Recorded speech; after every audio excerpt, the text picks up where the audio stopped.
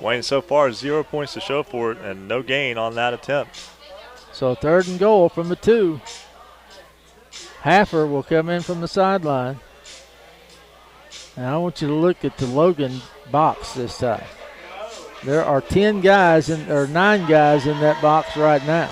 And they're running one direction with the snap, straight forward. Haffer's working from the pistol. And now they're going to give it to Wayman. He gets hit, spins. Here comes a flag. Well, did they say he was in the end zone or not? No signal, but a flag came in. So I don't know what's going on. I mean, that's a quick dive up the middle. You don't have time to really can't hold somebody that fast. You could have done a chop block. Right. You could have done. Well, it's going to be against Wayne. How do you call a hold? That is awful. That is absolutely awful. How can you hold that fast? That's an awful call by the umpire. Just say it what it is. You can't possibly hold that quickly. Just awful. He found the flag, though. He was able to find it that time. 3rd and goal now as the ball will be spotted back at the 12-yard line. That's 7 flags against Wayne here in the first half. Most of them of the clear variety, but that's 2 key holding calls against Wayne in this ball game. Haffer rolls out to throw the football, does so to Caden Hayton, and he'll catch the ball. Oh, and he's hit way late out of bounds. And it's not an automatic first down, but it's half the distance, and it'll be 4th down still. 3rd down. Will it still be 4th? It'll be 4th because that'll be a dead ball. That play was 3rd down. The play goes to the 7 and then half the distance from the end, and it'll be 4th and goal from about the 3.5.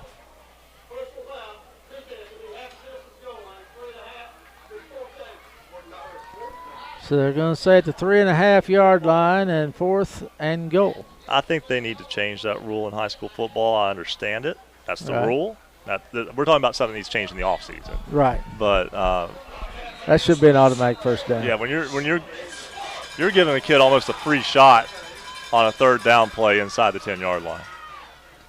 Hayton works from the shotgun. Caden Hayton comes in to block. They give it to Wayman, and he didn't get it.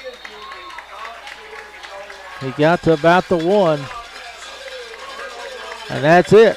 So for the 3rd time tonight, Wayne gets in the red zone and is turned away with nothing. And Tommy Harmon is upset about something. I think he thought it was 3rd down.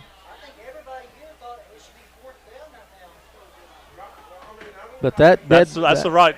They did it right. Administration. They did it right because the penalty was a dead ball penalty. The rule stinks, but the administration of the rule was correct. So it's going to be 1st down for the Wildcats at their own 2-yard line. And they'll try to run it out of there. They'll get a couple of yards. That time it was Johnson on the carry. Gets out to the 4-yard line. So gain of a couple will bring up 2nd down and 8. Clock is rolling with just under 2 minutes left to play in the half. Baisden has twins to the near side and the far side. Single back to his right is Johnson. Tries the hard count. Nothing there. And I will say very clearly, the referee did say 4th down on the announcement. So that was absolutely nothing from that side. They did nothing wrong on that play. Nothing at all. Play clock's at 2. Basin gets it off. They hand it off once again up the gut to Johnson, and he'll get to the 5. I think they're just going to try to run this down. Wayne is out of timeouts. If you're Wayne, you want to force them to punt it from their own end zone and send the house and see what happens. Bring everybody that you can. Put a 12th one out there if you can get away with it. They will snap the football with about 45 seconds left to play in the they can just about run it out. If they get it down to the 45-second run, depends on how quickly the play clock operator wants to start that 40-second clock. They snap the football. Johnson Knocked down at about the 7-yard line. And there is 1 second difference. They held it for 4 seconds there, which is about it's 3 to 4 is your typical. They will have to snap the football. Yes, but you can just run a play, and as long as you don't, as long as you don't lose the ball. They are going to have to snap the football, though. And do they have a timeout left? I think they do. Yes, they have 1 timeout left. I mean, there's so little time. You could just take a knee, even. I would probably not call technically with fourth down. If you shotgun snap it. But, yeah, if you just stand there for a brief second. And I agree with the timeout call because you don't want to put the ball back for no reason there, but you run the clock down. That all makes sense. No, you're right. Now, 1.6, you're right. You cannot just immediately take a knee. Because as soon as it's down, it's over on downs. Right. The clock has to stop. So. If you take a step or two, you're in good shape. And when you got a 25-point lead, you can afford to kind of just run around back there and then kick the football with no time left and see what happens. Yeah, I'm not sure if I wouldn't just run a basic running play here and just see what happens. Yeah. No. I don't think. I wouldn't put my quarterback back in the end zone trying to throw it. I'd punt the football here. And I'd punt it out of bounds. No, you don't have to punt it very well. Just kick it out of bounds. Yeah. You don't even have to get it past the line of scrimmage. Just make sure it gets out of the end zone. And kick it straight out of bounds, out of the end zone. That's what I would do, but, they don't pay me to coach. You're in a situation where you can do a lot of things here. And really only 1 or 2 of them could go wrong. But if it goes wrong, everybody's going to let you hear about it. Exactly right. And they are going to essentially run a play, looks like. So Basin will work from the shotgun. And take a knee at the 1, and that will be the end of the first period. So we have played 24 minutes of football here in Hatfield Island. And at the half, the Logan Wildcats lead the Wayne Pioneers 25-0. We'll take a break, come back. We'll take a look at some scores from across the state of West Virginia. Ryan will have some halftime stats for you. As we head to the halftime show, your score, Logan 25, Wayne nothing. Back in a moment on the Gridiron Sports Network. This presentation of Pioneer Football is sponsored by Rustic Ravines. Rustic Ravines offers deluxe cabin rentals and special event planning, as well as some of the best ATV riding and hiking trails in the country. You'll also find kayaking and canoeing, a 3D bow range, fishing, hunting, golfing, and a pet and horse-friendly resort. Rustic Ravines can be found on Facebook or 304-385-1085. The Gridiron Sports Network would like to thank Rocky Knob Farms for their partnership in bringing you this broadcast of high school football. We remind you Rocky Knob is at the Cerrito Farmers Market each Friday and Saturday from 9 to 4. If you're thinking fall, Rocky Knob Farms has it all. Rocky Knob Farm in Pritchard, West Virginia, a proud supporter of high school sports on the Gridiron Sports Network. In the fabric of America, they are the toughest threads, our bravest, and most selfless. They raised their hands, stepped forward, and served. For each other, for you, and me. One of the first things they learned was the code that every service member lives by. Leave no one behind. Now all of us need to live by it too, because some veterans are being left behind. 20 of them take their own lives every day. School sports are played by humans, coached by humans, and officiated by humans. So the next time you're sitting in the stands at a school athletic event, please remember this and maintain your humanity, especially when it comes to judging and critiquing athletes, coaches, and officials. Please show your fellow humans some respect. They'll appreciate your empathy. This message presented by the WVSSAC and the West Virginia Athletic Directors Association.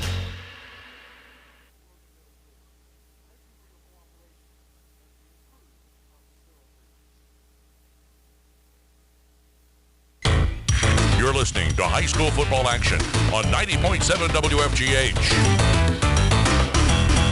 At the half, the Wayne Pioneers trail the Logan Wildcats 25-0. The scoring got started right in the first minute and a half of the ball game as Baisden hits Justice for, well, I didn't write down how far that was, but it was quite a long touchdown pass. Well, I'm sorry, Ryan. Oh, that's all right. That was a 4-yarder. That was that was set up by the long one. Right. The long pass. 6-0. PAT no good. Basin then hits Lambert to go up 12-0. Once again, PAT went 2-point conversion. Actually, there was no good. Basin then hits Murphy. 18-0. Craddock hits the PAT for a 19-0 game, and then Kenny goes in from 3 yards out. PAT no good. 25-0 your score here at the half. Let's take a look at some other scores from across AA football in the state of West Virginia here tonight. Independence leads Scott 17-0 that game in the second period. Frankfort leads Tucker County 28-0 at half. In the second period, Woodrow Wilson, who's actually a 4A, leading Bluefield 14-7. It's Tyler Consolidated leading Petersburg 7-6 at the half. Toronto, Ohio leads Oak Glen 14-0 at the half. Doddridge County leads Ravenswood 19-0 at the half. South Harrison over Polka 28-24 halftime score. James Monroe leads Liberty Raleigh 28-7 at the half as well. Braxton County over Ritchie County 9-0 in the second. Buffalo leads Tulsa 19-0 at the half.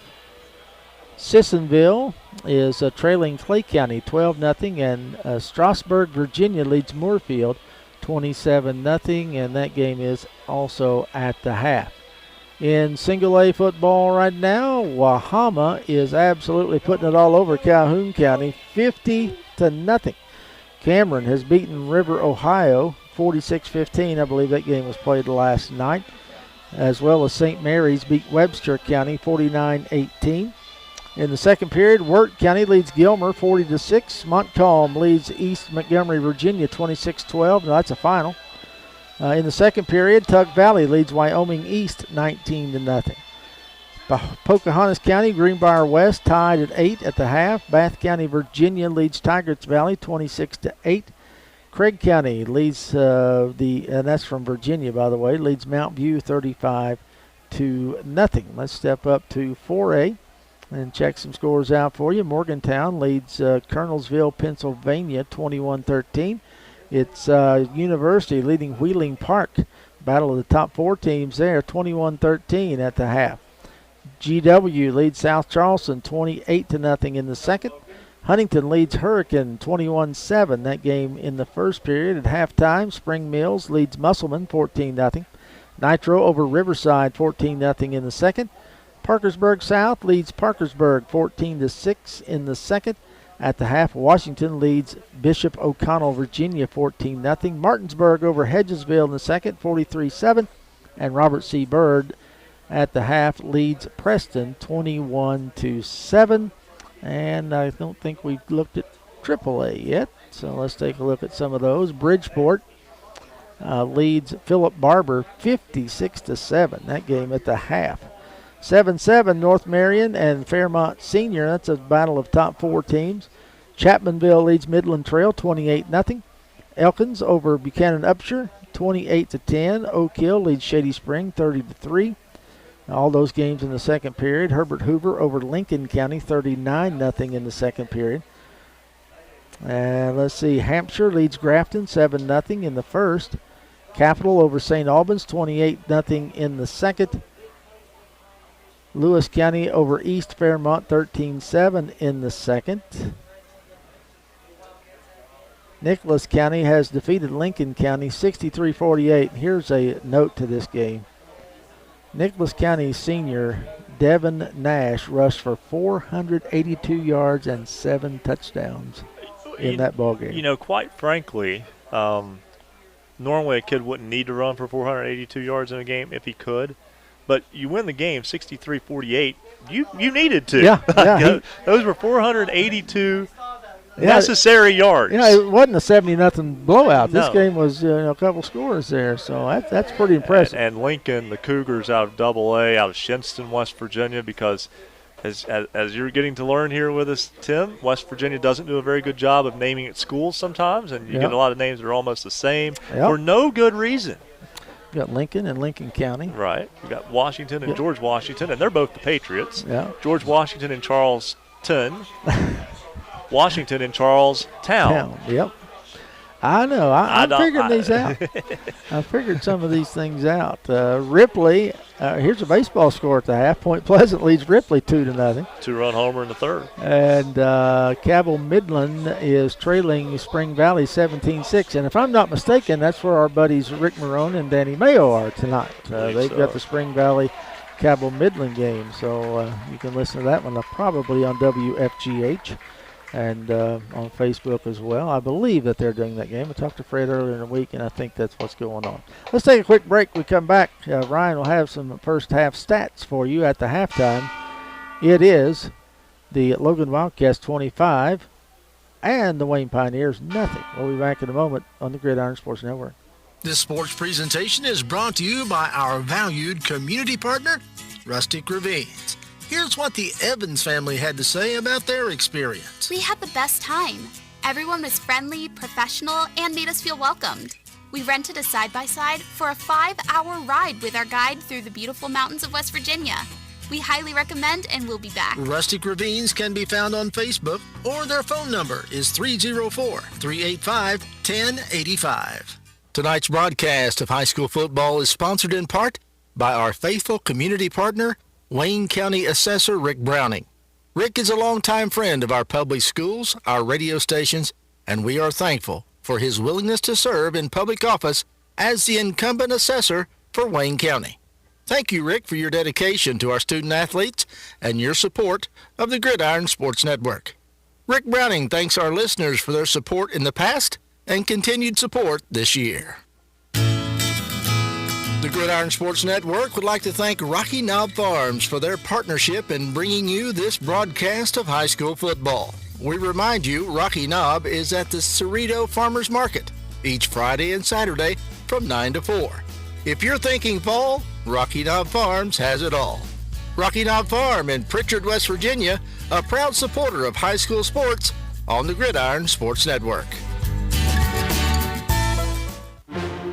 High school football is back, along with another exciting season of Metro News High School Game Night. Presented by the Charleston CVB. Join Fred Persinger and Dave Jecklin every Friday night for the latest scores, stories, and interviews from football fields across the state. Follow your favorite team all season long with Metro News High School Game Night, presented by the Charleston CVB on this Metro News station. After the game tonight on the Superstation Network.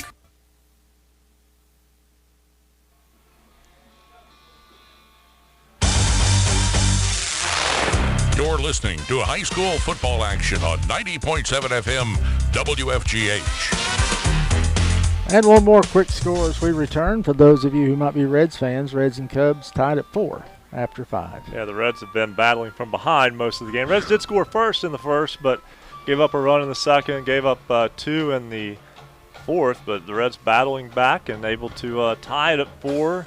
The Giants and Diamondbacks both are in action later tonight. Neither of their games have started, and of course the other team involved in that. Well, let me get you that. The Reds. I've been a Reds fan. I'm 58 years old, and I went to my first Reds game when I was 1. So I can say I've been a fan my whole life. And they bring you to the edge with hope, and then.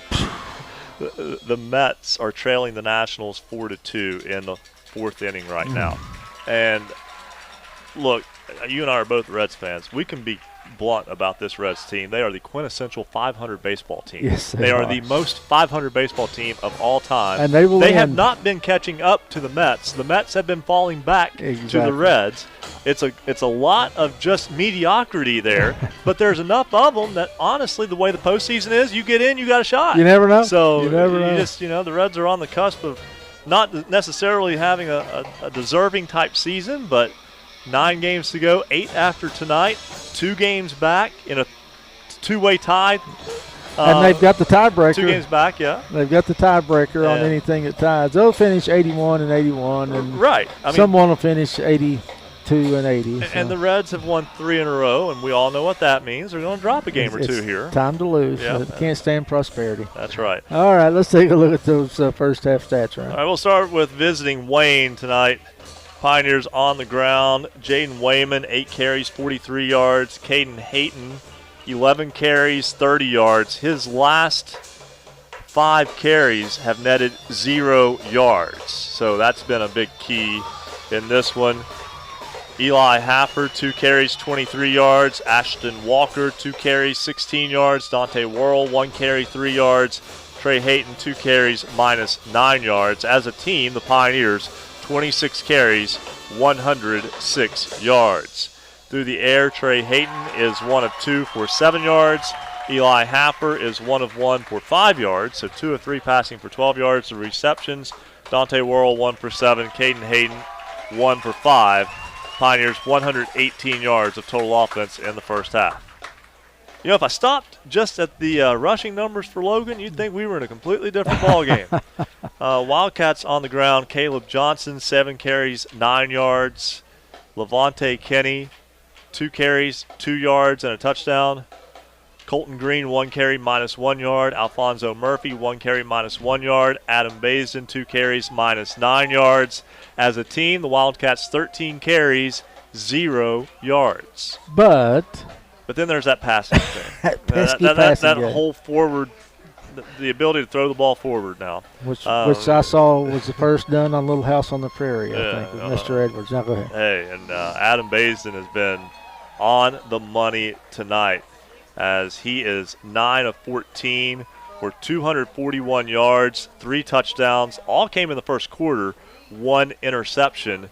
He cooled off a little bit there in the second quarter, but still throws of 34 and 33 yards that were downfield in traffic that were brought in. So the receivers at times running open, but at times making some plays in traffic too. No doubt. Alfonso Murphy, 4 catches, 129 yards and a touchdown. Lucas Lambert, he's been quiet. 2 catches, 40 yards, and a touchdown.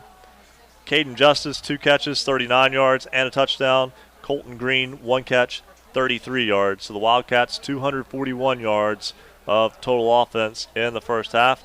1 turnover apiece. A Worrell fumble was recovered by Spence for Logan, and a Basin interception was picked off by Caden Hayton for Wayne. I didn't see what bus the Wayne Pioneers brought tonight, but it almost at times looked like it was Willie Nelson's tour bus, to be quite honest with you. They just haven't looked good. They've just been wandering off there a little bit. Kind of just wandering off here and there. And a lot of pre-snap penalties. 2 crucial live ball holding penalties, though, that one directly took a touchdown off the board. I think the one before that also stopped what would have been a scoring drive as well. And you're looking at a completely different ball game if those 2 flags aren't thrown. Yeah. The first one may have very well been worthy and correct. The second one, I'm sorry, a dive play up the middle from 3 yards out. You don't have time to grab and hold anybody. No, that's football. It was just too fast to be a hold from the umpire. There's no way. But and you're looking at getting the ball right now. I mean, very easily could be 25-14, 25-12, whatever. And you have been thoroughly outplayed. I don't want to take anything away here from Logan. Logan's been outstanding, and the passing game, especially Basin throwing the ball, has been. He reminded me of somebody who looked like a basketball player who was just in the zone. It was just like anywhere he threw it, just boom, right on the money, and throwing downfield too. Doing an outstanding job, and again, like we mentioned too, reception toward the end of the half by Colton Green that set up the final touchdown of the half for Logan was outstanding in traffic. Also had a long completion on a 4th down as well, did Logan. So, Wayne's not necessarily far away, but Logan has been the superior team tonight. No question. In every aspect of the game. Wayne was able to move the ball between the 20s at times tonight fairly well, but the first series was abysmal. 3 and out with negative 5 or 6 yards, I remember. And they did have a couple of series where they were able to move the ball. 3 series, actually. They moved the ball inside the red zone. but just was not able to get any closer. And Tommy said that in the pregame, that we've got to finish it off. And 3 times tonight they did not finish it off. And you're looking at 3 times inside the red zone. You want to walk away with at least 2 scores and hopefully 3, and they got 0. And that's why you find yourself down 25-0 here at the half. And if things don't improve, it's going to be a long ride home to Wayne High School from here. And Tim, you kind of feel like first couple of games of the season, a team's trying to establish its identity. And then usually this is the point of the season where you start seeing them see what they know, where they're strong. They know what plays they can run in certain situations and be successful. Losing Armando Batista, who is the guy Wayne would quite frankly have been running behind in some of those short yardage situations, cannot overstate how big his loss has been tonight.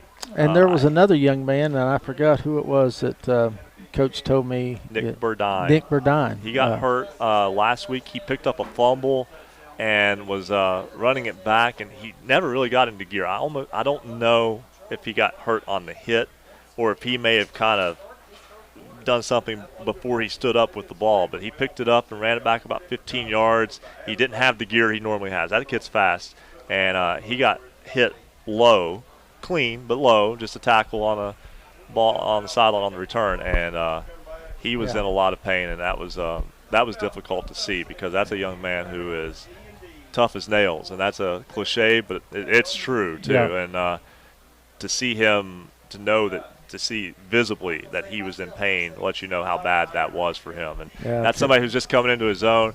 He's going to be an outstanding running back here as time goes. He's already an outstanding defensive player. That's a big loss as well. And then you're playing a team that throws the ball all over the yard. You haven't played that all year. Mingo Central last week was successful at times throwing downfield, but they like to do a lot of stuff around the line of scrimmage for the most part. So it's a different type of attack. This is a vertical attack. They spread you out 4 wide, and can your guy cover my guy? And so far a lot of times tonight, the answer's been no. Absolutely.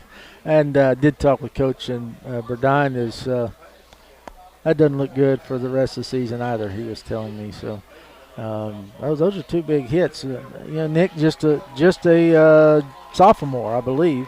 Yep. And but you hate to see any kid that season get shortened. We saw it last year with Ronnie and Caden. Yeah. Of course, you're able to see Caden come back, and Ronnie came back at the end of last year and just really shined, I thought. And I know he played through a lot of pain. He's a special young man. Played very well in the All-Star game at the end of the year. Had a kickoff return for a touchdown, and he's a fine young man. Had a strong basketball season as well. Scored over 1,000 points. Became the 4th boy to do that in Wayne High School boys basketball history. So yeah, he was able to come back from that, but. He's also a tough kid. That was a kid who he had a broken collarbone, and fortunately that's one of those bones that breaks that will heal fairly quickly. But I mean, that's still a lot. In the game of football, getting hit, you get hit in the shoulder a lot. Every play, just about you're taking a shot like that, and he came back. I know in the last couple of games last year he was in some pain, and but he went out there and gutted it out. And football players are just a different breed, folks, I tell you. We didn't get to talk a lot about last year, just the way things have worked out this year with you and I being on broadcast. But the girls basketball team won the state championship. Yep. Brooke Atkins is now up at Youngstown State, where she will be a member of the Penguins. She's already their practices have already started. Addie Atkins is on the volleyball team at Concord. They're 7-0, or at least they were going into play, and she's been a big part of that as a freshman too. So that's an outstanding group that had been on the cusp for a few years and finally broke through last March. And what a special time that was. I've been going to Wayne basketball games since some of my earliest memories. Dad was an assistant boys coach for a long time as well, and the girls' teams, Judy Rakes had some good girls' teams, but Buffalo and Tulsa, Rick Marone, Gene Hyroski, they had some great teams in that time span. And Wayne would be right behind them, but whoever would win that game would be at least in the semifinal or championship game in the AA state tournament, whoever would come out of that sectional every year. And it was just a brutal sectional. But for Wayne to finally break through and to see Wayne win a state basketball championship was well, if you'd have told me 20 years ago I was going to see that, I would have told you, not 20, but maybe 25 years ago, I would have told you, not sure about that. So what changed? I would have wondered what changed. And really, not and the boys team had a good season. Boys team tied their school record for wins. Sean Meddings doing a good job with that group. Isaac Meddings at Oakland City in Indiana.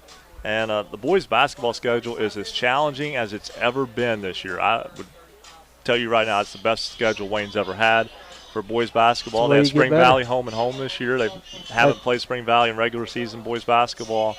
That's the way you get better, my friend. And I said the same thing to Coach Harmon today. I said, you kind of beat the schedule up just a little bit this year. And he said, you think? Well, if you don't, and you and I understand this, and I think our listeners do too, but if you don't know better, you go, you don't play Herbert Hoover and Nitro and Winfield. No, but you're still playing. Well, you picked up Mingo Central. Guess what? They're good. Sherman, Tug Valley's Tug good. Valley. Sherman, we'll see. I think that'll be a challenge. Chapmanville's been decent. Williamstown is a huge game. Chapmanville is really good this year. Williamstown's off to a difficult start, but they're also young and have played a super strong schedule already. Yep. So, we'll see what turns out with that. It's going to be interesting. Yeah, you don't play Winfield. You don't play Nitro. You're not playing Herbert Hoover, but you're still playing some pretty stiff competition. You didn't pick up the Sisters of the Poor. We'll put it that way. That's exactly right. So here we start the third period with Craddock teeing the ball up at the 40-yard line. Oh, clock wasn't yet ready, and they'd had it ready when you kicked off, big boy. I think as soon as that ball would have been touched, that clock would have been in motion, and nobody would have known the difference. So he'll just try it one more time. Another squib kick that goes to the far sideline. It's going to go out of bounds, so Wayne will get the football to 35-yard line to start this possession, and I think crucial possession for the Wayne Pioneers. They have got to get something on the board right here. Doesn't have to be fast, but they need to get something on the board. I think Wayne's going to make them kick it again. But no, you're exactly right. Oh, they are going to re-kick from the 35. Okay. You're exactly right, though. It doesn't necessarily need to be a quick strike. You need one on the board. You need a touchdown and a stop, and then we'll figure it out from there. Right. But you need a little confidence. You need a little momentum. Well, one thing I admire as much as anything about Tommy Harmon, other than his integrity and all those good things that you look for in a man, was his ability to adjust. And he does it very well, generally speaking, at the half. And he'll find something that at least he believes will work, and we'll see what happens. So Craddock will tee it up this time from the 35-yard line, and we'll see what happens. And they're going to try an onside kick, and they're going to get it, I believe. And they did. Falling down on that ball was Tanner Akers. And they get the ball at the 50-yard line. So Tommy Harmon might be rethinking that situation now, but I'd do it 100 times. One of those nights where no matter what decision you make, it turns around and goes against you. Yep. Looked like Wayne had one player with a chance to get it, but it got there right as the Logan player got there as well, and it was beyond 10 yards, and the Logan player was able to kind of knock it away from him, knock it straight back down. And I don't know what they're meeting about right now. What could they be meeting about? Just making sure it went 10? Because it definitely went 10. It definitely went 10. I mean, it ended up going 16 yards before it. So the ball knows the football just shy of the Pioneer 49-yard line. They don't have the right football in the game. That's part of it. Although it's Logan's ball that gets kicked, so it's Logan's ball to go here. I guess there's a kicking ball and then a playing ball. Nonetheless, Logan will get the football on the Pioneer 49-yard line on the opening kickoff, and they're going to hand it right up the gut to Johnson. And he'll get up across the 45 up to about the 43. And that's the best running play of the day for Logan thus far. We mentioned at halftime, no yards on 13 carries. That one goes for 6 yards. Twin receivers either way. Basin has Johnson to his left. Works from the pistol. Tries a hard count. Nothing going. Actually, that is not Johnson. That's Mason Spence, who is now out there on his left. Back to throw. Tries it to the outside and in and out of the hands of his intended receiver, Braden Craddock. Will bring up 3rd and 4. That was right through his grubby little paws. Might have hit him in the face mask, too. It hit something. I think it hit his shoulder pad, to be up. quite honest. Yeah. I think it hit him right in the shoulder pad. So Twins, once again, either way, Spence will flank Basin's left as he works from the pistol. Another hard count, and a false start is going to be called. I think it was on the near out here in Colton Green. You don't see that very often, and he knew it. He just immediately he turned around, started walking and clapping. Yep. Clapped his hands, not out of anything but frustration in himself. Right. So it's going to bring up 3rd and 8 now. As Basin once again has Twins either way. Spence flanks his left. Play action. He's in some trouble. Flushed out of the pocket. He's going to tuck it up and try to run for it, and he's going to be knocked down around the 43-yard line. Caden Hayton popped him once, but also in on the stop was Brian Brunty. And that's going to bring up 4th down and about 3 yards. Where are they putting this ball? Well, they moved. Good night. He walked there. Now. Now. He walked to the 41-yard line. And then he backed up. I'm telling you, that guy might have been on Willie Nelson's tour bus. Some of the things he's done tonight. Trying to draw the Pioneers offsides once again. Play clock's down to 12 before they finally get one called. Basin sets the lines. Twins either way. They're going to throw it looking across the middle on a slant, and it was caught. And a nice catch by Colton Green, and that'll be enough for a 1st down, and the Pioneers come out there with it. But they're going to say, well, Happer thought he intercepted the football. But the officials say Green caught the football, then went down, then Happer took it away from him at the 33-yard line. I don't see how Happer would have intercepted that from what we saw. I don't think so. I think he wrestled with him after on the ground. I think after they were on the ground, Green was giving the ball up, and Happer decided to grab it. Yeah. Hey, play through the whistle. Sometimes the official will make a bad call in your favor. You never know. But that was a good call. Nothing wrong with that. Play clock's at 3. They get it off. Back to throw is Basin. Trying to throw. Has a man wide open and just overthrew him. I mean, just barely overthrew. Was that Green or Murphy? That was Murphy on a wheel route. Yeah, I mean, he was just digging for all he could, and he couldn't quite get there. He took a few steps forward from the slot, but then just bent outside of the numbers and down the sideline, and he had about 3 steps. That was one of the few times that Basin throwing a deep ball has missed. Now no back in the backfield with Basin. Instead they have a wing. Now they bring one of the slots in motion and now send him back the other way. Trying to get some movement on the line, but nothing doing as the play clock's down to 3. Now they bring Murphy in motion on a jet sweep again. They do give him the football and not much there, as he was hit very quickly by Jaden Wayman. Good tackle by Wayman again, too. They put a lot of pressure on you sideline to sideline within that running game when they've got guys in motion, and Wayman just stepped up and wrapped him up, put him on the ground. Sat down and made the play. Basin has Twins either way with a wing to the far side. Back to throw. Lets it go towards the end zone and overthrew his intended target, Caden Justice, and that was way overthrown. Now the receiver was open, but Basin saw some pressure coming that time. It wasn't necessarily home yet, but he saw it was on its way, and I think he may rush the throw just a little bit. I think he threw that before he wanted to. So that'll bring up 4th down and 8. Ball spotted at the 30, right near the 30-yard line. And I'm not sure. They're just kind of standing around. And the play clock is down at 10. Might be trying to hard count here. Take 5, I don't know. But timeout's going to be called by Coach Nick Booth. I'm not sure what they were trying to do there. They were just stood around for 20 of the 25, 30 of the 40-second clock, and not much happened there. We're going to stay here. Remind you that after the games tonight, we will have the football Friday night. Game night is called, with Fred Persinger and Dave Jacklin.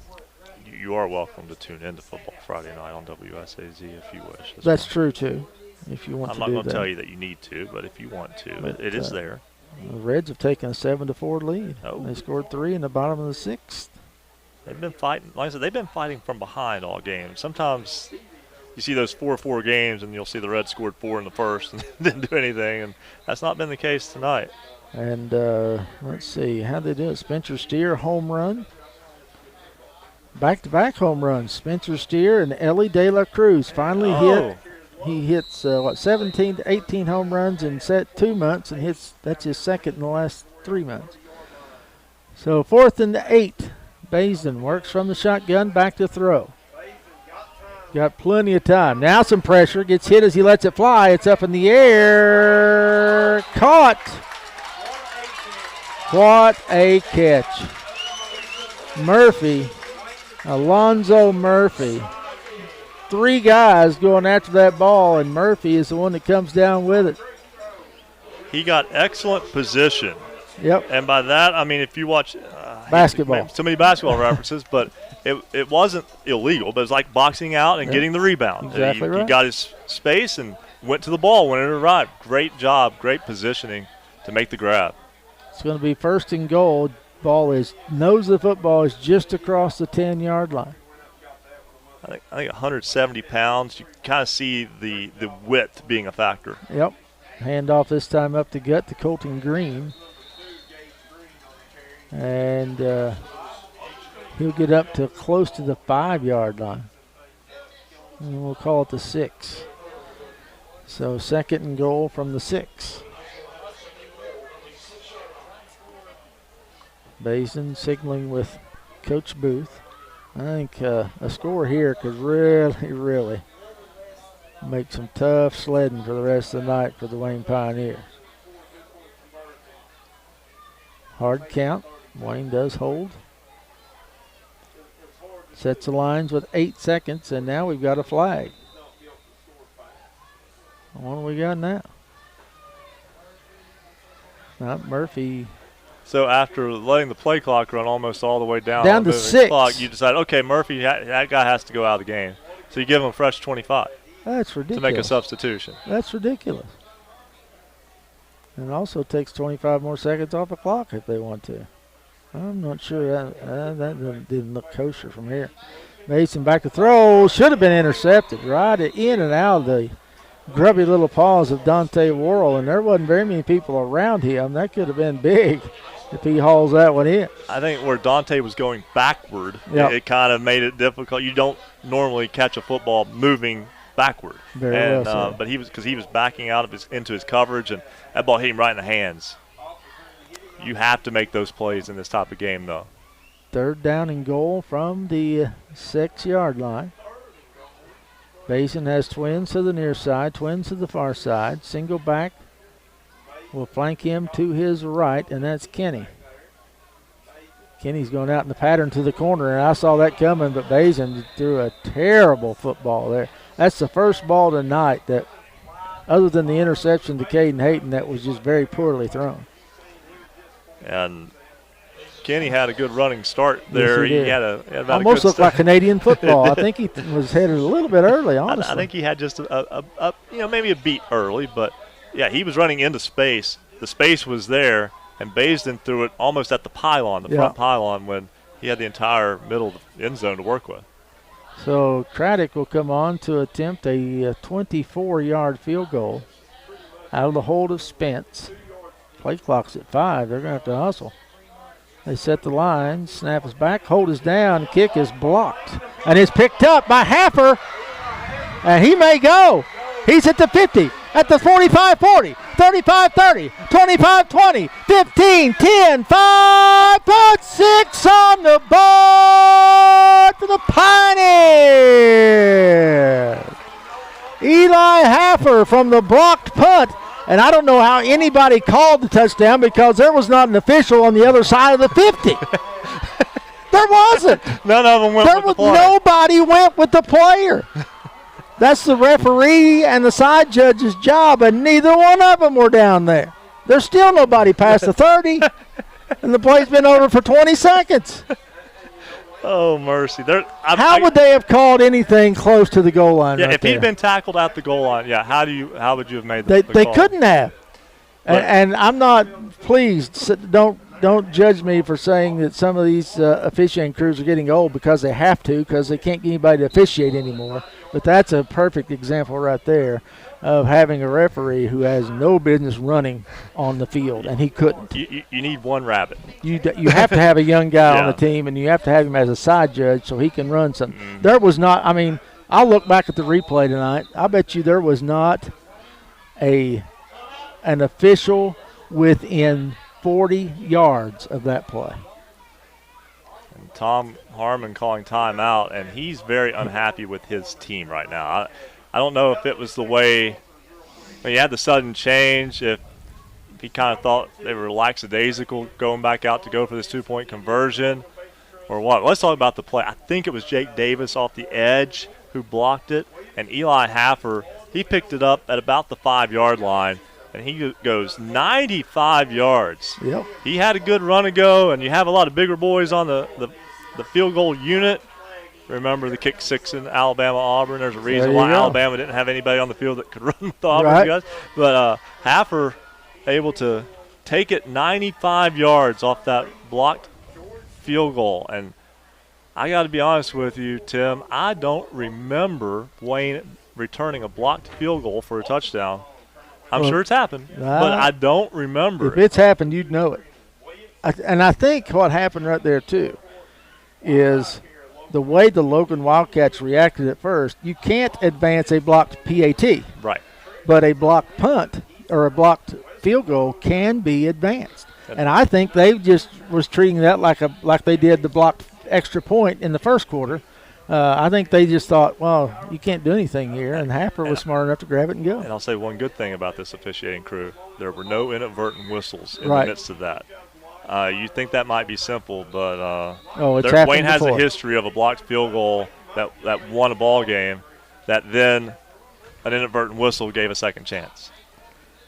Going for the two-point conversion, nobody was there as Hayton looked like he wanted to hand it off. He throws it instead to Worrell, and he does not get in.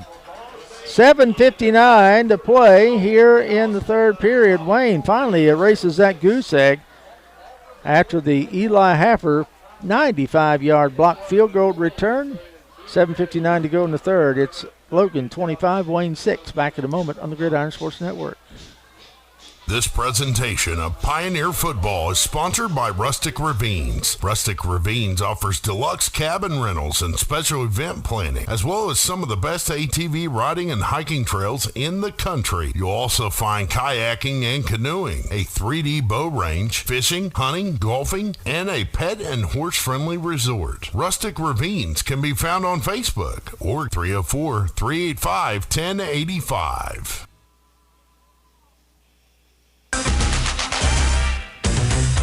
You're listening to high school football action on Sports Radio 90.7 WFGH.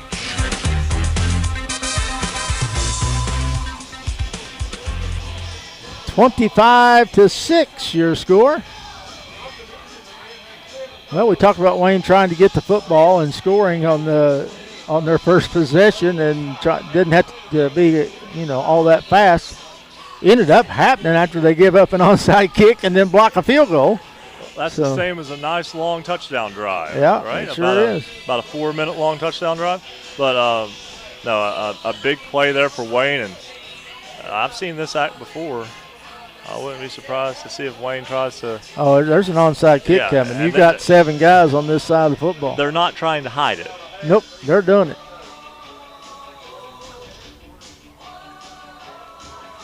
6 guys on this side. They don't have enough players. They have 10 on the field right now. They don't have enough players. They had a guy just walk off the field. And the onside kick is recovered by Tanner Akers. They had a guy run off the field and left him only 10 on the field.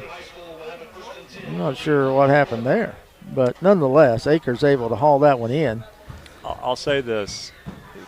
Good football teams seem extremely organized at all times, but when you're thin already and you have a couple of injuries, it's like starting over. So you may have those moments. You hopefully have no more injuries and you can kind of get set within a week or so, but that first week with different personnel can be a little bit tricky. 1st and 10 for the Wildcats on the Pioneer 48-yard line. Twins either way. Single setback with Baisden, who is working from the pistol. Play action pass out into the flats. It's corrected, and nice job by Jaden Wayman. Baisden threw that one out to Justice, and a big hit by Jaden Wayman. It's going to throw the ball all the way back to the Wildcat 46-yard line. From the 44-yard line, excuse me, from the 48 all the way back to the 44, an 8-yard loss. Yeah, he threw that out there to him, and I bet you Caden Justice right now is saying, please, don't do that again. Do that. Look and see if 16 gets out of the way first. Couple of nice open field tackles by Wayman tonight. Basin back to throw. Looking, has a man. No, that looked like that bounced in, did it not? Well, I guess he picked it right up off his toes, did Colton Green. Maybe I saw something that wasn't there. But that looked awful low. Caden Hayton was sliding the right direction and kind of doing it on an instinct, and he stopped as soon as the ball was thrown. If he would have slid on through, he would have got right into that lane. So let's bring up 3rd down and about 6. And, you got to think they're in 4-down territory, are the Wildcats, although the play clock's all the way down to 12, and they've just now signaled a play in. Still talking about the play, and the play clock's at 7. Guys are looking at wristbands all over the place. Play clock's at 3. Basin needs to set the lines. He does, gets a snap.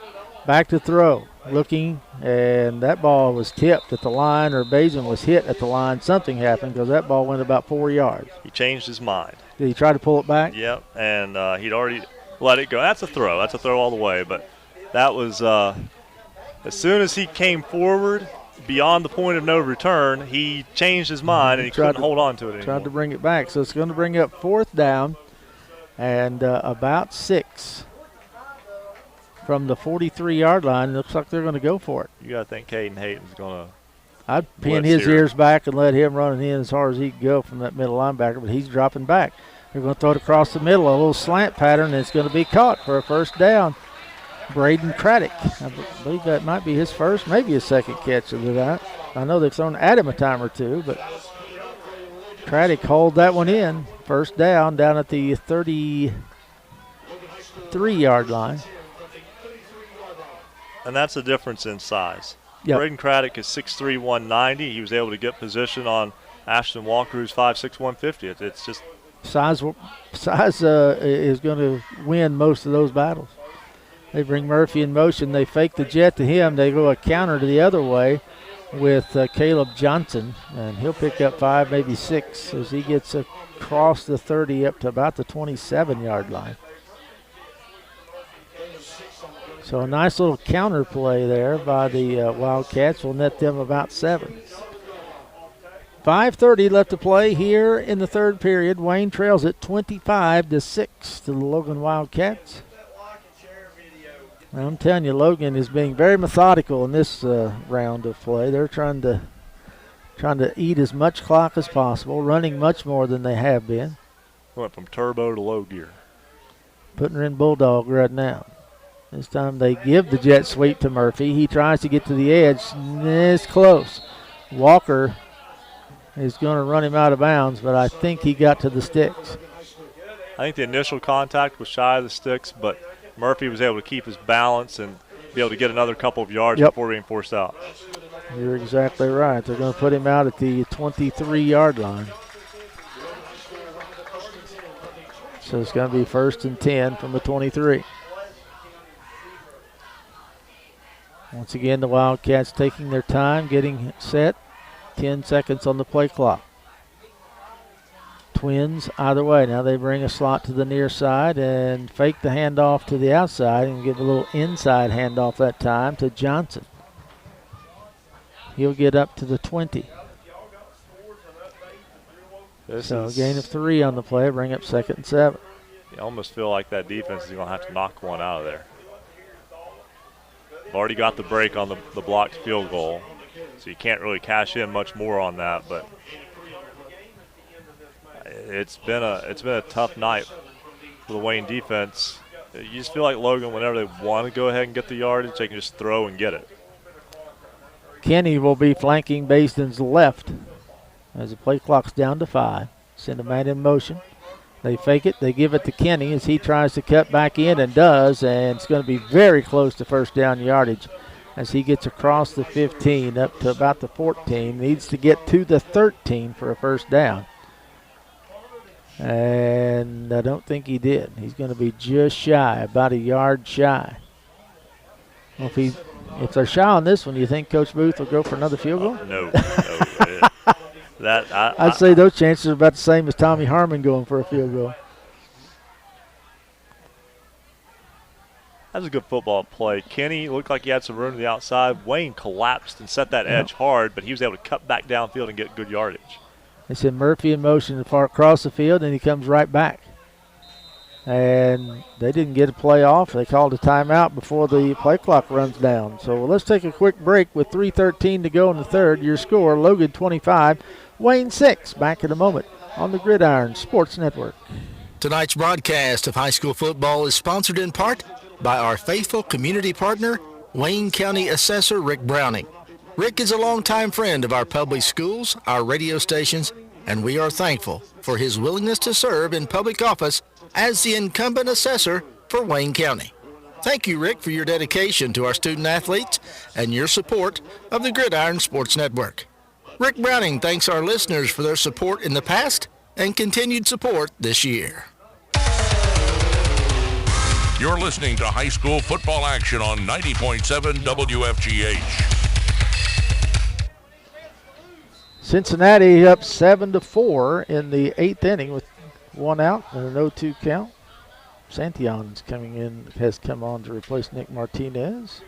The Mets, meanwhile, now up 8-6 on the Nationals after a 6-run 4th inning for New York. All right, here we go. 3rd and 1 for the Wildcats. Mason works from the shotgun. Twins either way. Single back in behind him. They bring Murphy in motion once again. Now they send him back the other way. They had 2 guys in motion, so they have to They stop. have to stop. And they did. Now they can send another man in motion. And stop. They're legal right now. Now they can send this guy in motion. He doesn't have up. And somebody still moved. After all of that, there was. Against Wayne. Oh, wow. Oh, and the Wayne sideline is not hat. I saw a couple of hats fly there downward and just. Gun Harmon is not a happy camper.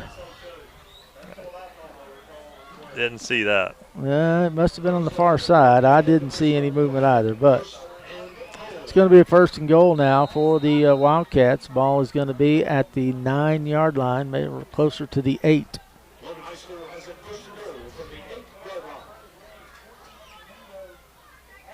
Play clock running down to 12. Game clock is arrested at 3:12 with the penalty. They hand it off to the first back through, and not much. May have even lost a yard on that one. The umpire threw a flag. What kind of flag would you have there? He threw it right at the feet. It was Kenny who of Jackson McClung.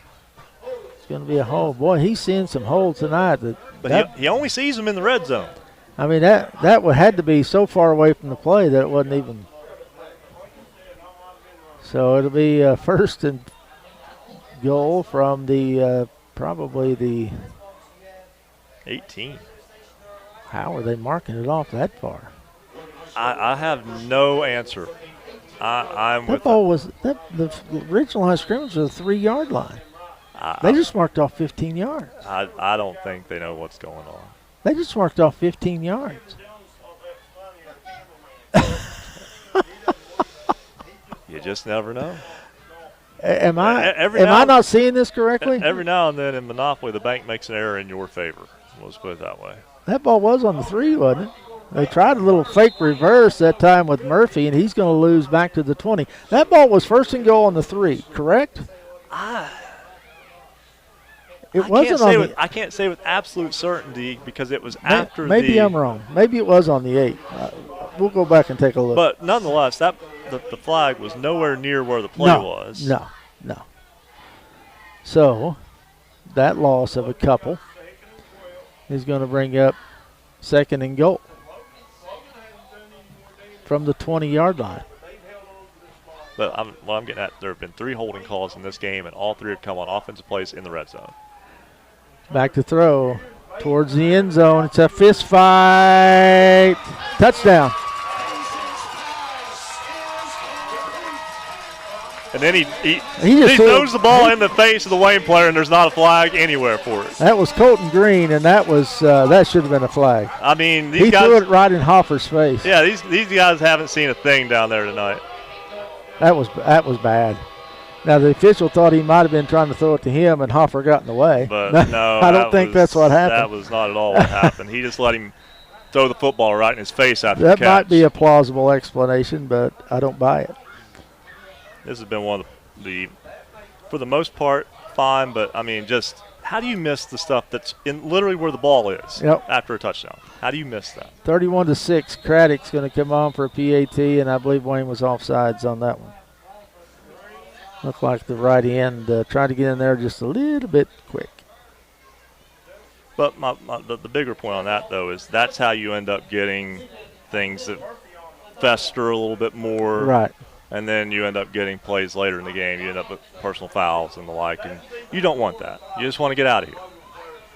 You want to get out of here with everybody healthy and nobody ejected at this point.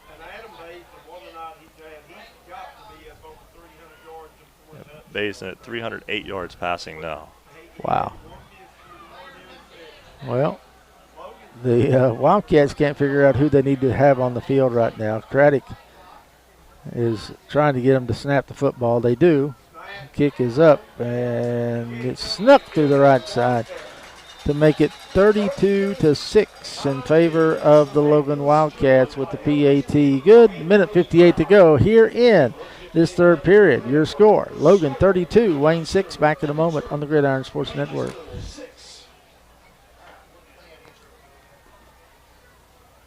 This sports presentation is brought to you by our valued community partner, Rustic Ravines. Here's what the Evans family had to say about their experience. We had the best time. Everyone was friendly, professional, and made us feel welcomed. We rented a side-by-side for a 5-hour ride with our guide through the beautiful mountains of West Virginia.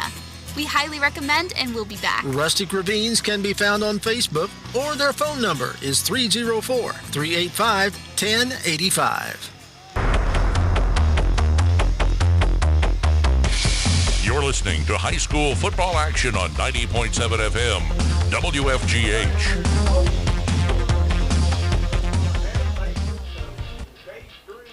Craddock set to put the boot to it. And the short kick is going to stay in bounds, and Wayne's just going to have to go fall on it back at the 20-yard line, maybe the 19. It looked like it was going to roll out of bounds, so they let it roll, and it took a direct left as it got to the sideline. I think there's something with the field down there because on the previous kickoff that began the second half, the one that went out of bounds, it went out over there, but it also curled back onto the field after it just touched on the out-of-bounds line. That seems almost intentionally very well done. I mean, that's smart, good football. If there's a little bump over there, take advantage of it. Find it and go. Absolutely. That's part of your home field advantage. Absolutely.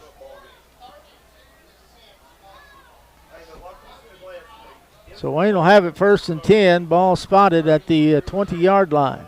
Haffer's up under center. He's going to be just swallowed up. He did not get the handoff off. Ball came in and just Rob Moss grabbed gave him a big hug.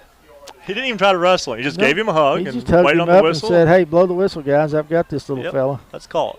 And that was loss of 5 on the play. And a good job by him, because that's easy to kind of slam, because that was Wayne's first offensive play from scrimmage in the second half. And it comes with with under a minute and a half basically to go in the third quarter. They'll bring Davis wide to the near side. He's going to try it up the middle with Jaden Wayman. He makes a man miss with a little spin move and gets out to the 25-yard line, so he picks up about 10. Got the 5 that Haffer lost on the first play, and 5 more is going to bring up third and manageable with a 3rd and 5 from the 25.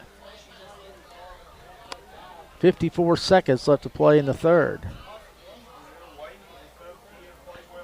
Wayman, I tell you what, he's not very big, but he moves pretty well. They list him at 5'5", 170. I think that might be stretching both.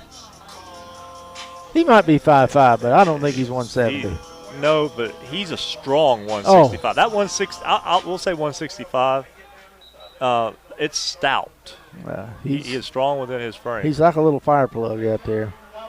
Coach Tommy Harmon's going to call a timeout, something there he didn't like to see a 3rd and 5 play, so we'll stay right here. The Pioneers looking to like they're going to fall to 2-2 on the season. Next week, they are at Sherman. Is that Boone County? That is the far end of Boone County. Wayne last played there in the early 90s. I want to say 91. Is that Seth? It is. Okay. And I'm going to tie some irony for you here together. All right. Just let me get there. You get there by going to Marmette. You hang a right at Marmette, drive to Racine, hang a left, and you go to South.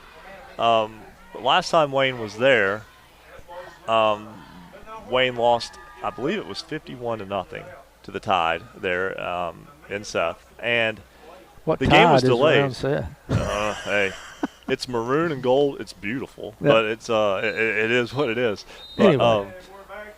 The game was delayed a day because of wildfires in the area, and that was a game that was played a little bit later in the year. I think that might have even been the season-ending game.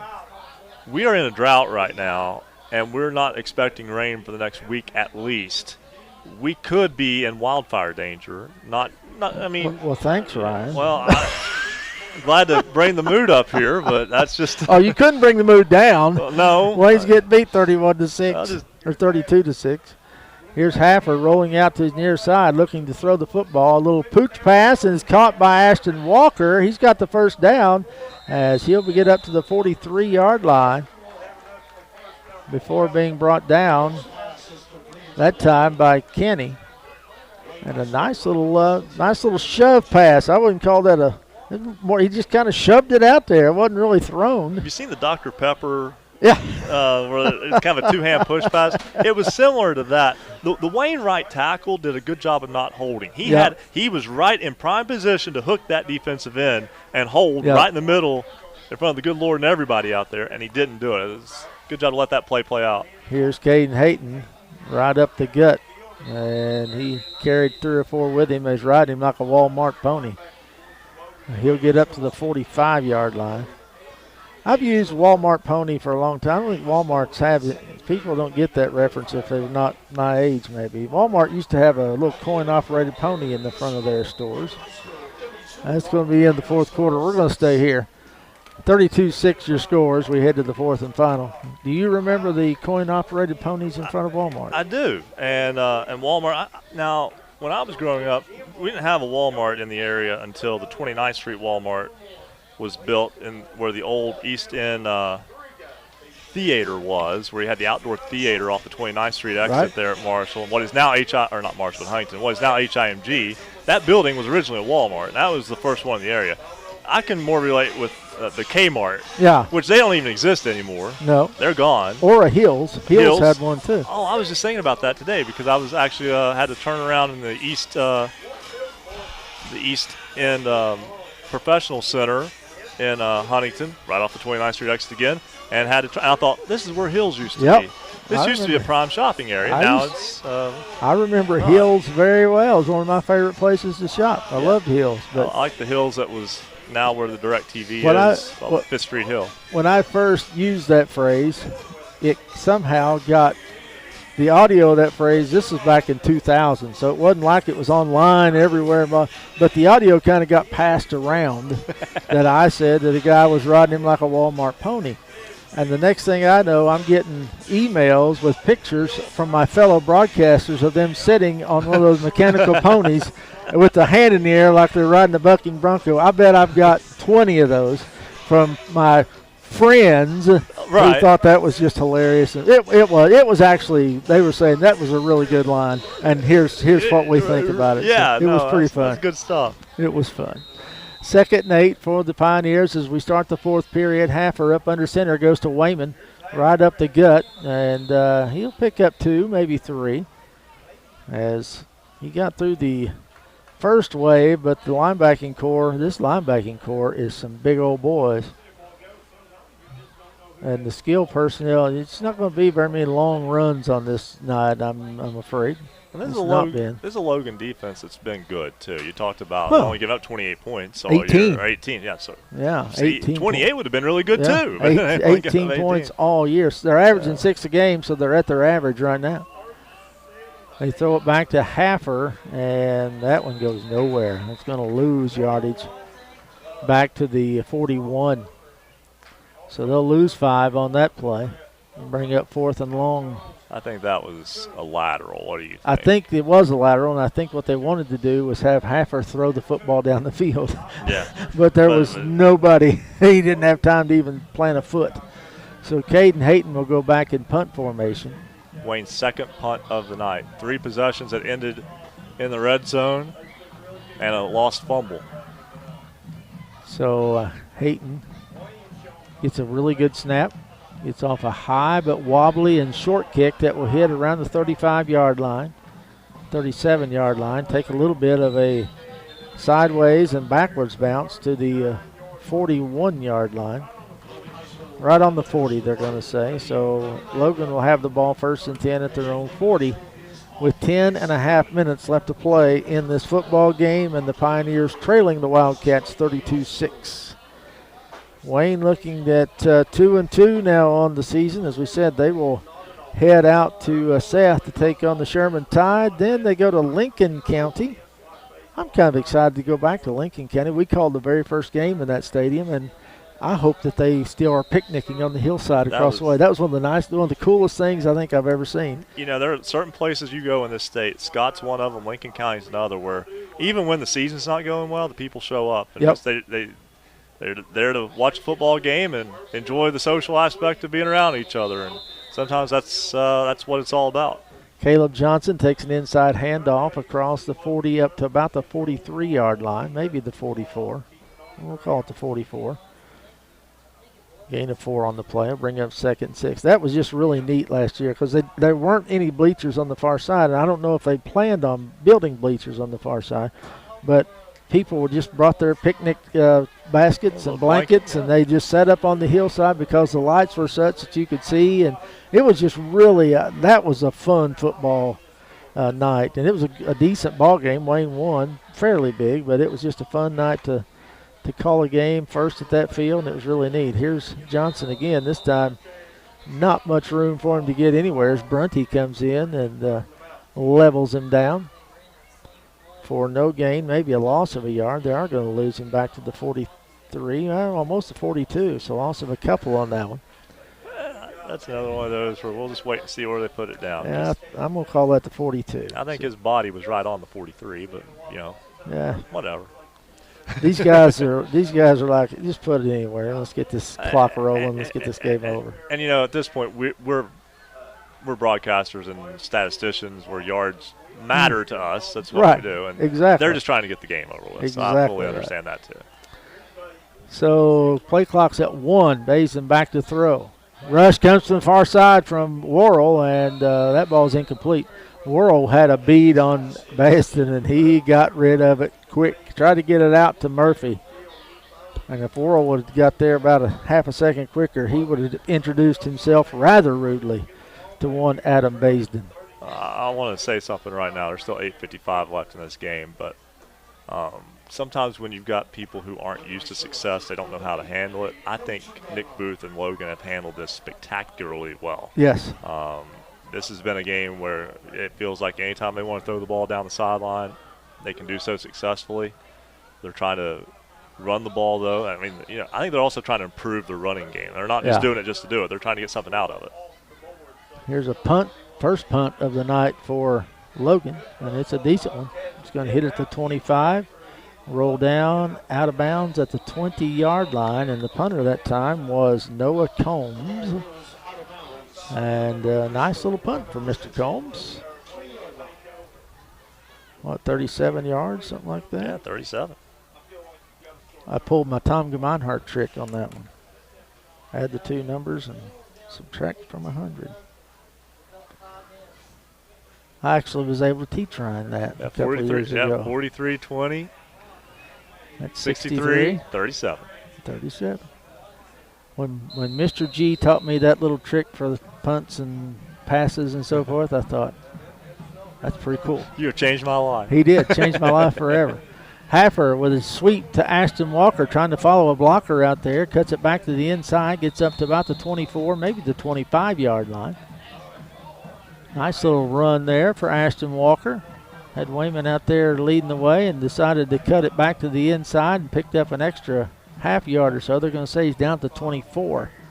So a gain of 4 on the play will bring up 2nd and 6 for the Pioneers. Clock running with 8:17 to play in the ball game. Wayne trails at 32-6. Twins now to the near side. Twin backs, and here's a fake handoff, and Trey Hayton will hang on to it on a little boot play, and he'll get first down yardage. I don't know if that was a designed boot play or not. They don't run a lot of boot plays with Trey Hayton. No. It's more of a Haffer play. I don't know if that was designed. He kind of turned around to hand the ball off, and it just looked really odd. I'll say that. They've had a couple of those tonight. Yes, but I will say this, too. Once he went, he looked good running the football. He did. He's a big old boy, for especially a freshman. He's just a freshman, right? Yeah. 6 foot 210. He's just getting his baby fat off of him at this point. There's a fumbled snap, but Haffer picks it back up and hands it back to Worrell, who gets Dante Worrell, who gets up to the 42-yard line. He's going to pick up about 9. Going to be just shy of the first down by a yard or so. So a nice that was a fumbled handoff that Haffer was able to go down and get. And what a lot of quarterbacks make a mistake right there is they go down to get it with a knee on the ground, and at that point you're down in high school football. And college football, for that matter. But he able to bend over and not, kneel down to get it, and able to get some yardage out of it. It's frustrating you lose the exchange, but you're happy with how he kept his composure to complete the play. Exactly. Here's Jaden Wayman, get just enough for the first down as he'll get up to the 44-yard line.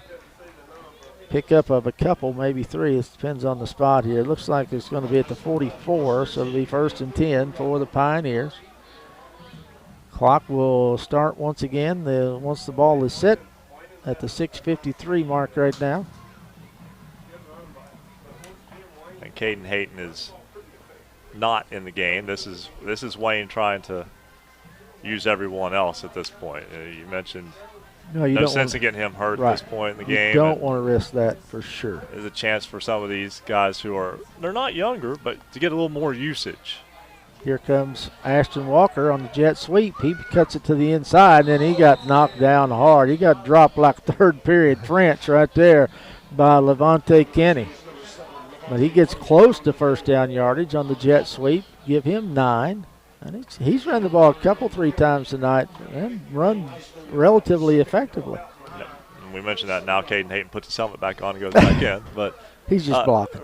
But the good run there from Walker, good blocking. The pulling guards got out in front of that jet sweep. And, Walker kind of got to where he got off balance a little bit and right into the tackler, who did a good job of just putting him straight on the ground. I formation, play action pass, caught by Worrell in first down yardage, and he's still carrying defenders with him, and he'll get all the way up to about the 37, 38-yard line. He got hit back around the 40, and he just turned and spun and said, I'm going that way, fellas. And he did all the way down to the 37-yard line. Now they're going to put it up to the 36. So, I mean, he was a workhorse right there. Good kid right there, too. I talked to him a little bit prior to the game tonight. He's someone, when he was in middle school, he was really thin. So, He couldn't absorb a whole lot. But he got thicker, and now he's more physical, and really I've been impressed with his Haffer rolling out to throw. A little push pass is going to be caught. Immediately dropped was Ashton Walker, but he was able to get to about the 32-yard line. So a nice little gain of some 6 yards or so. Depends on, I guess they've got him at the 32, so about 5. Bring up 2nd and 5. Clock rolling with 4:45 to play in the ball game. Pioneers trail 32-6. I formation in behind Trey Hayton. And they try to give it to Jaden. Oh, boy, they blew that one dead awful quick. Tried to give it to Jaden Wayman. They blew that one way quick. I mean, Wayman bounced back and was, oh man. Did you not think that was fast? That was.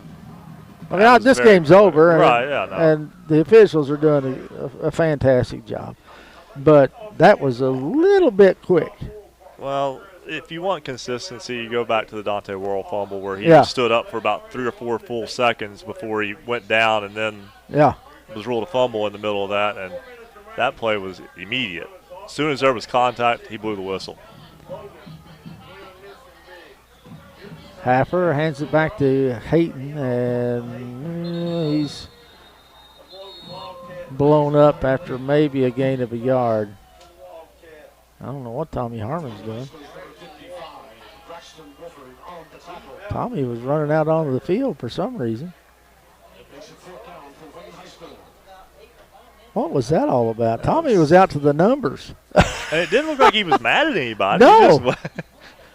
I don't know if he looked up and thought the game was over or what. It looked like he was about ready to shake hands. You don't reckon that goalpost is blocking his view? It might be. Too? Or the thing might have said 0-13 too. I mean, it's had some weird things happen to it tonight. It's going to be 4th down and about 7 for the Pioneers. Play clock is going to wind down to nothing. And it's going to be a 5-yarder. Well, and that comes from where they weren't ready to put a play in. No, it's because Tommy was walking across the field.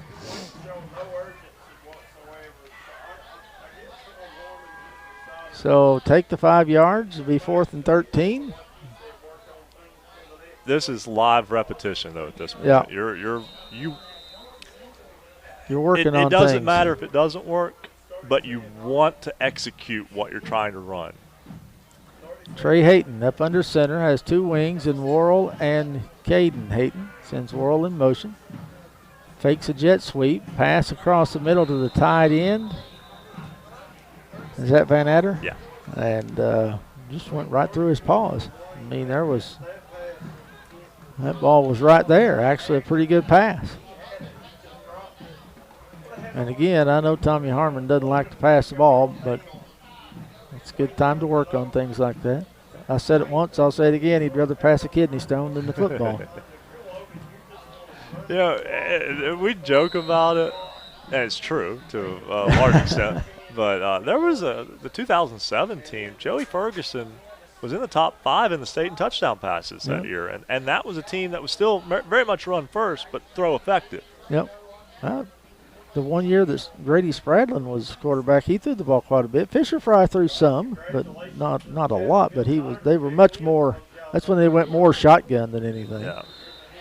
Handoff comes up this time to Carter Fry, his first carry of the night. Caden Hayton comes up with a stop. Fry gets no yards. Clock's at 2:40. Baisden still out there at quarterback, but new running back is Fry, and I don't think they're going to throw the ball much unless they get fourth down situations here. See, I don't mind when you put a kid like Carter Fry in behind that first offensive line. That way he's not doesn't out there. Get killed, yeah. Right, but you give him a chance to play. Yeah, see what it's like to be in a varsity football game with the number ones. And they're going to try Fry again to the far side. Fry is sophomore. He gets upended by Caden Hayton on the far side. He's going to pick up about 3 or so.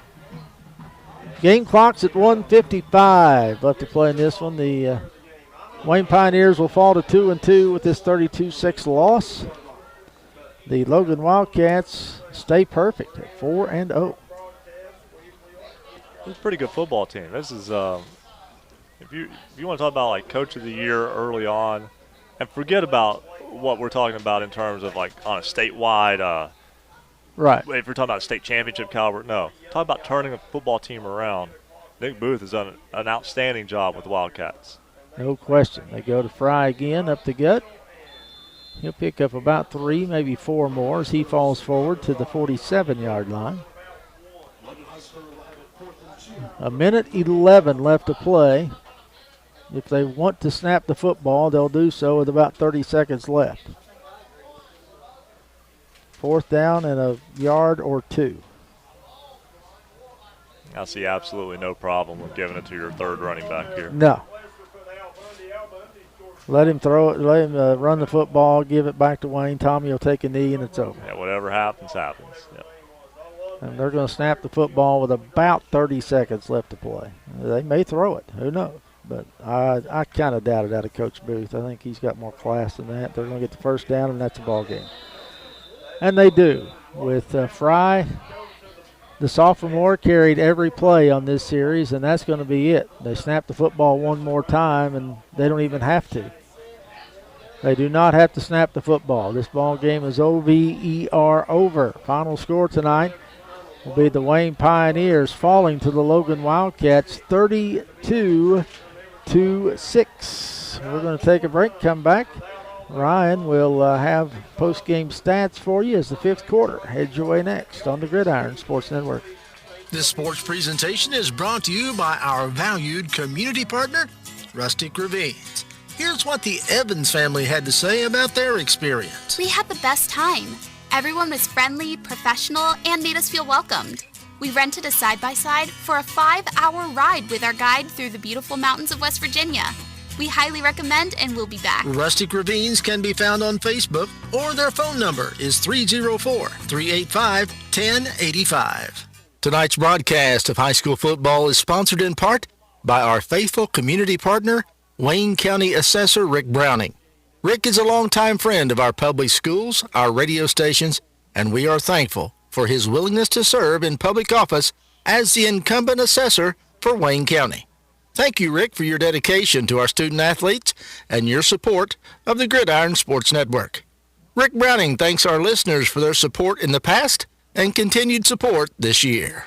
The Gridiron Sports Network would like to thank Rocky Knob Farms for their partnership in bringing you this broadcast of high school football. We remind you Rocky Knob is at the Cerrito Farmers Market each Friday and Saturday from 9 to 4. If you're thinking fall, Rocky Knob Farms has it all. Rocky Knob Farm in Pritchard, West Virginia, a proud supporter of high school sports on the Gridiron Sports Network. High school football is back, along with another exciting season of Metro News High School Game Night. Presented by the Charleston CVB. Join Fred Persinger and Dave Jacklin every Friday night for the latest scores, stories, and interviews from football fields across the state. Follow your favorite team all season long with Metro News High School Game Night, presented by the Charleston CVB on this Metro News station. After the game tonight on the Superstation Network.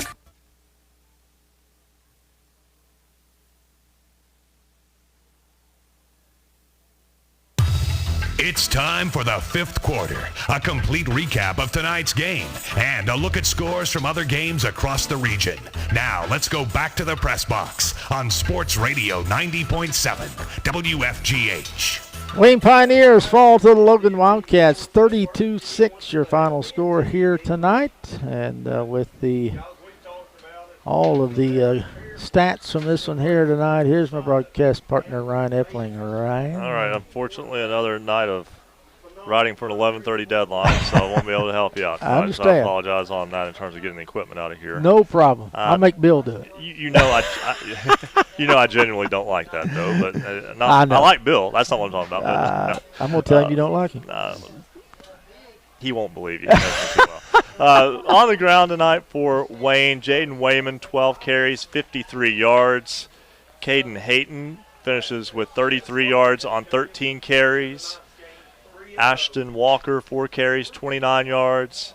Eli Happer, 4 carries, 13 yards. Dante Worrell, 2 carries for 12 yards. Trey Hayton, 3 carries, 2 yards. 38 carries as a team for the Pioneers, 142 yards. Through the air, Eli Happer was 3 of 3 passing for 32 yards. Trey Hayton was 2 of 4 passing for 17. So as a team, Wayne 5 of 7 through the air for 49 yards. Receiving, Ashton Walker, 2 catches, 28 yards.